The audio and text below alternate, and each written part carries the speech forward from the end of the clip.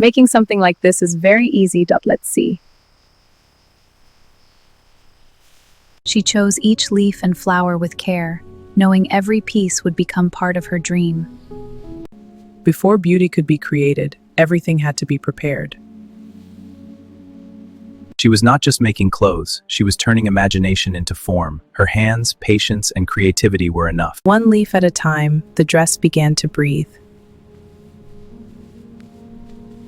She shaped the skirt so it would dance with every step. The flowers gave the dress its soul. She stepped back and saw not just a dress, but art. Making something like this is very easy. Let's see.